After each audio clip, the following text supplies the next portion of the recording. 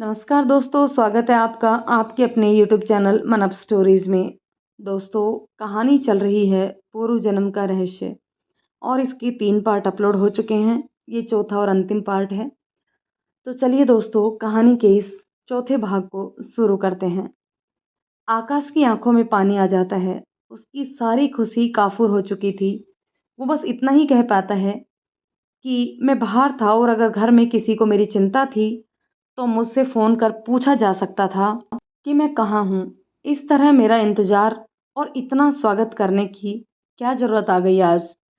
और वो तेज़ कदमों से अपने कमरे में चला गया।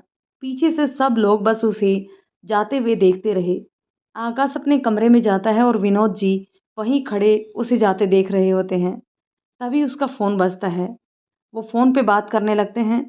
उस तरफ उनकी घनिष्ठ दोस्त और बिज़नेस पार्टनर मिस्टर सक्सेना थे।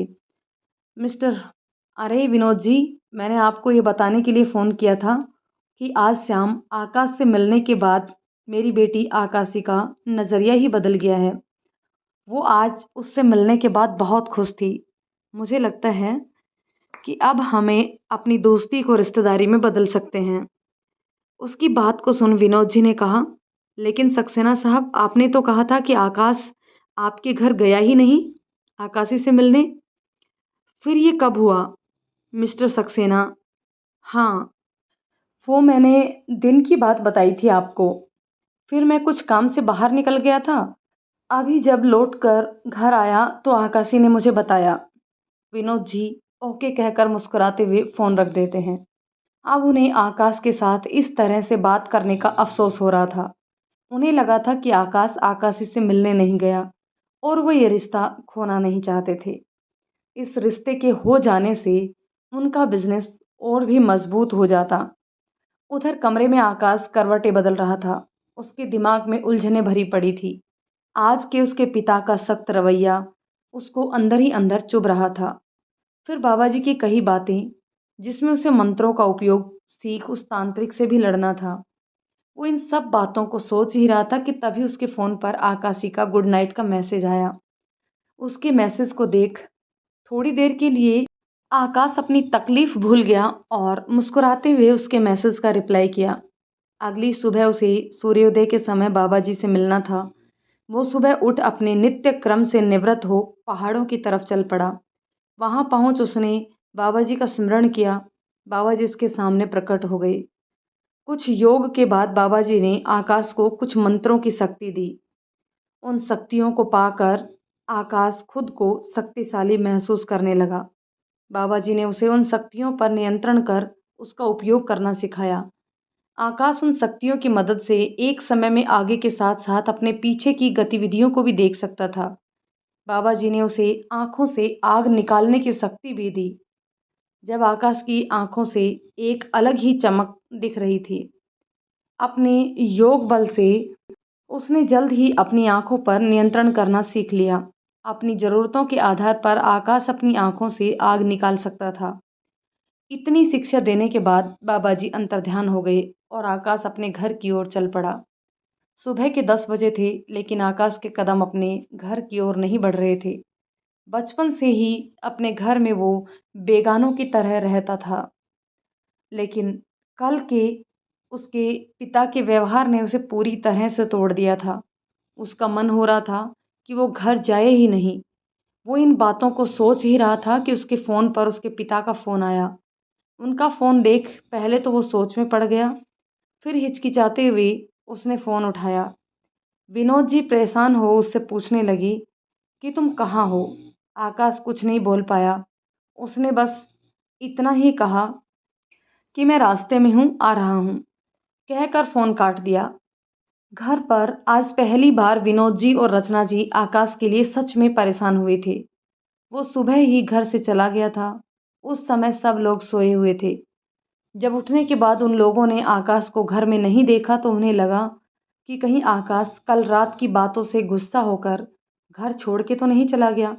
आकाश जब घर आया तो विनोद जी ने उसे देखते ही उसे गले से लगा लिया। आकाश को खो देने का दर्द उनकी आंखों में साफ देखा जा सकता था। उन्होंने कल रात उससे गुस्से में बात करने के लिए माफ़ी भी मांगी। आकाश उनके इस अचानक से बदले व्यवहार से आश्चर्यचकित था। तभी उसे बाबा जी उसके सामने दिखाई दिए, जो आंखों ही आंखों में उसे सब ठीक होने का इशारा कर रहे थे। रचना जी ने भी आकाश के सिर पर प्यार से हाथ रखते हुए कहा, आकाश, मैं जानती हूँ बचपन से ही तुमसे थोड़ी सख्ती की है मैंने, लेकिन वो तुम्हें सही गलत का फर्क बताने के लिए था। हम तुम्हारे माँ बाप हैं, हम कभी तुम्हारा बुरा नहीं सोचेंगे। तुम इस तरह बिना बताए चले गए तो हमें तुम्हारी चिंता हो रही थी। फिर अपनी आंख साफ करते हुए बोली, आज मैं तुम्हारे लिए तुम्हारे पसंद का नाश्ता बनाती हूँ, तब तक तुम फ्रेश हो लो। आकाश सहमति में अपना सिर हिला अपने कमरे में चला गया, लेकिन उसका दिमाग इन सब बातों को स्वीकार नहीं कर पा रहा था। तभी बाबा जी उसके सामने प्रकट हो गए। बाबा जी को देख आकाश ने उन्हें आज हुए बदलाव के बारे में बताया। बाबा जी मुस्कुराते हुए बोले, ये तुम्हारी शक्तियों की वजह से हुआ है। इन शक्तियों के प्रभाव से अब तुम्हारे आसपास नकारात्मकता नहीं आएगी और तुम्हारे आत्मविश्वास में भी वृद्धि होगी। अब तुम आम इंसान नहीं रह गए हो, तुम खास हो चुके हो, जिसे ईश्वर ने बुराई से लड़ने के लिए चुना है। हमेशा ध्यान रखना, कभी अपनी शक्तियों का गलत काम में इस्तेमाल मत करना, नहीं तो उसी क्षण ये शक्तियाँ तुम्हारा साथ छोड़ देंगी। आकाश बाबा जी को विश्वास दिलाता है कि वो कभी कोई भी गलत काम नहीं करेगा और हमेशा बुराई का विरोध करेगा। उसकी बातों से आश्वस्त हो बाबा जी अंतर्ध्यान हो गए। तभी आकाश की माँ कमरे में आ उसे खाने के लिए बुलाती है। सब कुछ उसकी पसंद का बना होता है। उसकी माँ प्यार से उसके पास बैठ उसे खाना खिलाती है। आज आकाश को बहुत खुशी हो रही थी। वो पिछली सारी बुरी यादों को भूल बस आज इस सभी पलों को जीना चाह रहा था। लेकिन तभी उसे किसी के रोने की आवाज़ सुनाई दी। उसने उस आवाज़ की ओर गौर किया तो पाया कि वो किसी छोटी बच्ची के रोने की आवाज़ थी, जो शायद ज़्यादा दूर नहीं, वहीं कहीं आसपास से आ रही थी। उसने जल्दी से खाना ख़त्म किया और माँ से थोड़ी देर में आने का बोल उस आवाज़ की दिशा में बढ़ गया। उसने एक बार बाबा जी का स्मरण कर उनसे इस बारे में पूछा।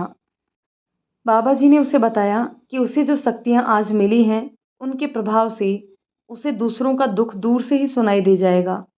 अब ये उस पर निर्भर करता है कि वो उस दुखी इंसान के दुख को दूर करने की कोशिश करेगा या फिर अपनी ज़िंदगी जिएगा।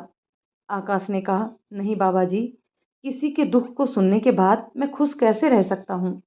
मुझे उस इंसान के दुख को दूर करना है, तभी मुझे शांति मिलेगी। बाबा जी ने उसे उसके प्रयासों में सफल होने का आशीर्वाद दिया और अंतर्ध्यान हो गए। आकाश महसूस करता है कि वो अपने मन की गति से साधारण चाल से भी तेज चल सका है।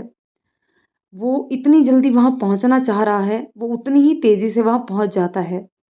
वहाँ जाकर वो देखता है कि एक आदमी एक छोटी सी बच्ची को जमीन के अंदर गाड़ रहा है। आकाश को अचानक वहाँ आया देख वो आदमी बच्ची को छोड़ भाग जाता है। जब आकाश देखता है तो वो बच्ची अर्धमृत अवस्था में होती है। उसका शरीर जगह जगह से कटा छिला होता है। आकाश जल्दी से उस बच्ची को मिट्टी से बाहर निकालता है और उसके कटे भागों को देख उन पर हाथ फेरता है। उसके ऐसा करते ही बच्ची के घाव ठीक हो जाते हैं और वो रोना बंद कर आकाश को देखने लगती है। आकाश उस बच्ची की मुस्कान में खो उसके सिर पर हाथ फेरता है। फिर वो आसपास उस बच्ची के बारे में पता करता है कि ये किसकी बच्ची है और कौन इसे मारना चाहता था, लेकिन उसे कुछ पता नहीं चलता। कुछ गांव वाले बताते हैं कि हो सकता है कि ये बच्ची किसी का पाप हो या वो लोग बेटी नहीं चाहते होंगे, इसलिए इस तरह इसे मार रहे होंगे। गांव वालों की बात सुन आकाश को बहुत बुरा लगता है। वो उस बच्चे को लेकर एक अनाथ आश्रम चला जाता है और उसे वहाँ उनकी देख रेख में छोड़ देता है। फिर वो घर लौट आता है। तभी उसे आकाशी का फ़ोन आता है। वो उसे आज शाम के लिए याद दिलाने के लिए फ़ोन करती है। आकाश ओके कहकर फ़ोन रख देता है। शाम के समय एक बार फिर से आकाश आकाशी को लेकर पहाड़ पर मिलते हैं, जहाँ वो उससे कल मिला था। दोनों वहाँ कुछ समय बिताते हैं, फिर अपने अपने घर लौट आते हैं। दिन इसी तरह से गुजर रहे थे। आकाशी की छुट्टियाँ ख़त्म होने वाली थी। उसे वापस हॉस्टल जाना था। आकाश उदास रहने लगा था। वो नहीं चाहता था कि आकाशी उसे छोड़कर कहीं भी जाए। उसकी इस उदासी को समझते हुए घर वालों ने आकाश और आकाशी की सगाई करने का फैसला कर दिया। उनके इस फैसले से सब खुश थे। तय तिथि को दोनों की सगाई हो गई और आकाशी की पढ़ाई खत्म होते ही शादी होगी, ये भी फिक्स कर दिया गया। इधर तांत्रिक की गतिविधियां बहुत तेजी से बढ़ रही थी। अब नक्षत्रों का योग होने वाला था। जब वो गीता के शरीर में जान दे, उसकी बलि देगा। अब आकाश का सारा ध्यान अपनी शक्तियों को एकत्रित करने में था। दिन में वो सामान्य इंसानों की तरह ही रहता। उसने अपने पिता का बिजनेस भी ज्वाइन कर लिया था, लेकिन रात के तीसरे पहर से वो अपने योग और मंत्रों का अभ्यास करता। उस समय बाबा जी उसके साथ रह उसका मार्गदर्शन देते। एक दिन अचानक से आकाशी अपने हॉस्टल से कहीं गायब हो गई। सब लोग परेशान हो गए कि आखिर वो कहाँ चली गई है। पूरे शहर की पुलिस अपने काम पे लग गई, लेकिन उसका कुछ पता नहीं चल पाया। आकाश ने जब अपने मंत्रों का उपयोग से पता लगाने की कोशिश की, तो एक जगह के बाद आकाशी के संकेत विलुप्त हो गए। आकाश ने तुरंत बाबा जी का स्मरण कर उनसे इस बारे में बताया। बाबा जी ने ध्यान कर बताया कि आकाशी को उसी तांत्रिक ने गायब किया है, इसलिए वो किसी को नहीं मिल पा रही है और इस बार उसका प्रयोग में कोई बाधा ना हो, इसलिए उसने अपने मंत्रों से एक माया नगर का निर्माण किया है, जिससे किसी भी साधारण मंत्र के द्वारा उसको भेदा नहीं जा सकता। आकाश ने पूछा कि अब क्या किया जाए?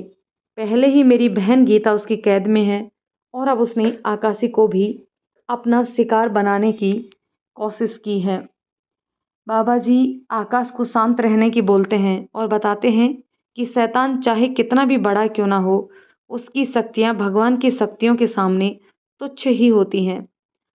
इसलिए भगवान का स्मरण करो और याद रखो, अब तुम भी कोई साधारण मनुष्य नहीं हो।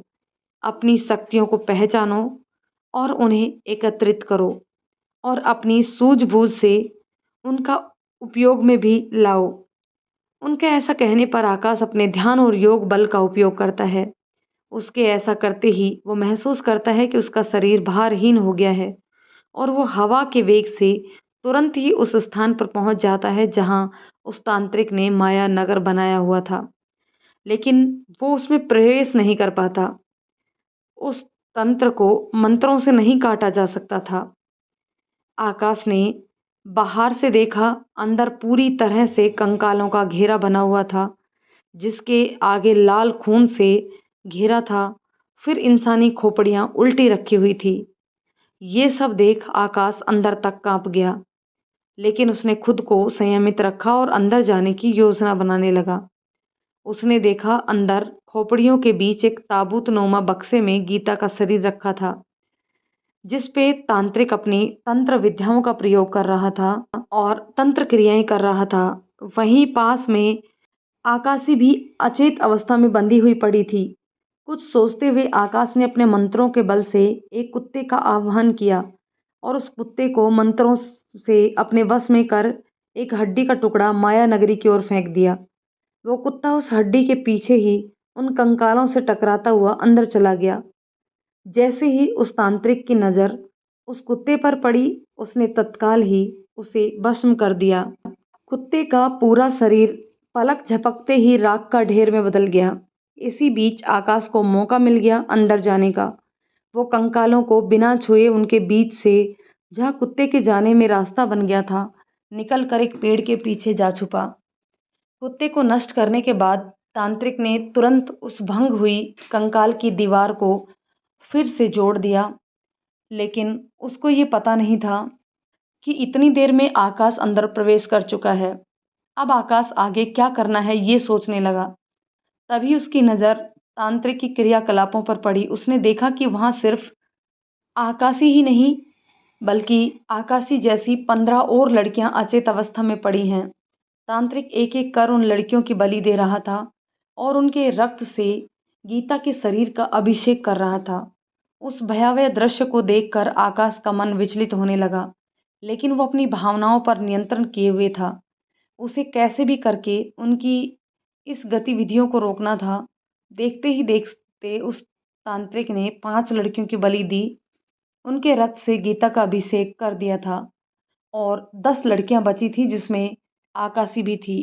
तभी आकाश को अपनी शक्तियों का आभास हुआ और उसने अपने मंत्रों का उपयोग कर अंतिम लड़की, जो कि तांत्रिक की नज़र से थोड़ी दूर थी, उसकी अचेतना अवस्था को भंग कर धीरे से उसे अपने पीछे बुला लिया। आकाश ने उस लड़की को होश में तो ला दिया, लेकिन उसके मस्तिष्क को अपने वश में कर लिया था, जिससे वो वहाँ हो रही गतिविधियों को देखकर डरे नहीं और आवाज़ भी ना करे। इस तरह उसने कुछ और लड़कियों को भी अपने पीछे लाकर छुपा दिया था। तांत्रिक निश्चित हो अपने क्रियाकलापों में लगा हुआ था। उसे इस बात का बिल्कुल अंदाज़ा नहीं था कि उसकी इस माया नगरी में कोई बिना उसकी इजाज़त के आ गया है। तांत्रिक की छठी बलि पूर्ण होते होते आकाश ने बाकी की लड़कियों को, जिसमें आकाशी भी थी, अपने वश में कर एक गुप्त जगह पर छुपा दिया था। बलि के लिए जब तांत्रिक अगली लड़की को लेने गया तो उस समय वह किसी को न देख तांत्रिक आग बबूला हो गया। वो सोचने लगा कि आखिर उसकी सारी बलि की सामग्री अचानक से कहाँ गायब हो सकती है। वो तंत्रों का उपयोग कर उन्हें ढूंढने लगा। उसी बीच आकाश ने बाबा जी का दिया हुआ एक अभिमंत्रित ओम का लॉकेट उस ताबूत में डाल दिया जिसमें गीता का शरीर रखा हुआ था, और फिर जाके छुप गया। दूसरी तरफ लड़कियों के ना मिलने से परेशान होकर तांत्रिक गुस्से में अपने मंत्रों का प्रयोग करने लगा। तभी उस ओम के लॉकेट के प्रभाव से ताबूत में रखा गीता का शरीर जलने लगा। गीता के शरीर में नुकसान होता देख तांत्रिक उसकी ओर दौड़ आया, लेकिन जब तक वो कुछ कर पाता, गीता का पूरा शरीर पूरी तरह से जल के भस्म हो चुका था। अब तांत्रिक के गुस्से की कोई सीमा नहीं थी। उसके पूरे तंत्र का खंडन हो चुका था। उसकी सारी साधना विफल हो चुकी थी। गुस्से में फुफकारते हुए वो अपने तंत्रों का प्रयोग करने लगा। अब आकाश को सामने आना ही पड़ा। आकाश को देख तांत्रिक आश्चर्य से बोला, तुम्हें तो मैंने वर्षों पहले मार दिया था, फिर तुम जीवित कैसे हो? तांत्रिक की बात सुन आकाश उसे बताता है कि उसके बुरे कर्मों का नाश करने के लिए भगवान ने उसे फिर से जन्म दिया है, और देख लो आज तुम्हारे तंत्रों की साधना को भंग कर मैंने अपना काम पूरा कर दिया है। आकाश की बातों को सुन तांत्रिक और भी अधिक क्रोधित हो जाता है और उस पर अपने तंत्रों से प्रहार करता है, लेकिन पहले से सतर्क आकाश उन तंत्रों से खुद का बचाव करते हुए अपने साथ लाए हुए अभिमंत्रित जल को तांत्रिक की ओर फेंक देता है। तांत्रिक इस अचानक हुए हमले के लिए तैयार नहीं था। जब तक वो संभलता, आकाश तुरंत उस पर दोबारा प्रहार कर देता है। इस एक पर एक हुए हमले से तांत्रिक कमजोर हो गया। तभी आकाश ने अपनी आंखों से अंगारे निकाले और उस तांत्रिक को वहीं भस्म कर दिया। तांत्रिक के मरते ही उसकी माया नगरी और सारे तंत्रों के सामान खुद ही नष्ट हो गए। आकाश तेजी से सारी लड़कियों को ले अपने शहर पहुंच गया और पुलिस को फ़ोन कर जानकारी दी कि कुछ गुंडे इन लड़कियों को अगवा करके ले जा रहे थे, जिसे मैंने सूझबूझ से बचा लिया। सब लोगों ने आकाश की तारीफ की। आकाशी के पिता ने भी आकाश का आभार व्यक्त किया। लड़कियां अभी भी बेहोश थी तो उन्हें हॉस्पिटल ले जाया गया। वहां होश में आने पर उन्हें कुछ भी याद नहीं था और कोई पकड़ा भी नहीं गया था, इसलिए कोई पुलिस केस नहीं बन पाया और पुलिस अपनी पूछताछ कर अपराधी को ढूंढने की बात कर वहां से चली गई। अब घर में शांति का माहौल था। सब आकाशी के सकुशल घर लौट आने के लिए खुश थे। तभी बाबा जी आकाश के पास आए और उसे तांत्रिक को ख़त्म हो जाने के लिए बहुत सी बधाइयाँ दी। फिर बाबा जी ने आकाश से कहा कि अब तुम्हारा काम खत्म हो गया है। अब तुम्हें इन शक्तियों की कोई आवश्यकता नहीं है। इन शक्तियों के तुम्हारे पास रहने से तुम सामान्य जीवन नहीं जी पाओगे, इसलिए मैं इन्हें तुमसे वापस ले रहा हूँ। हाँ, जब भी तुम्हें मेरी ज़रूरत होगी तुम बस मेरा स्मरण कर लेना, मैं तुम्हारे पास वापस आ जाऊँगा। इतना कहकर बाबा जी वहाँ से अंतर्ध्यान हो गए। दोस्तों, ये था कहानी का अंतिम भाग।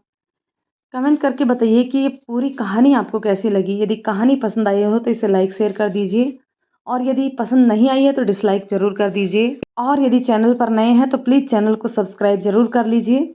मिलते हैं एक और नई कहानी में, तब तक के लिए शुक्रिया।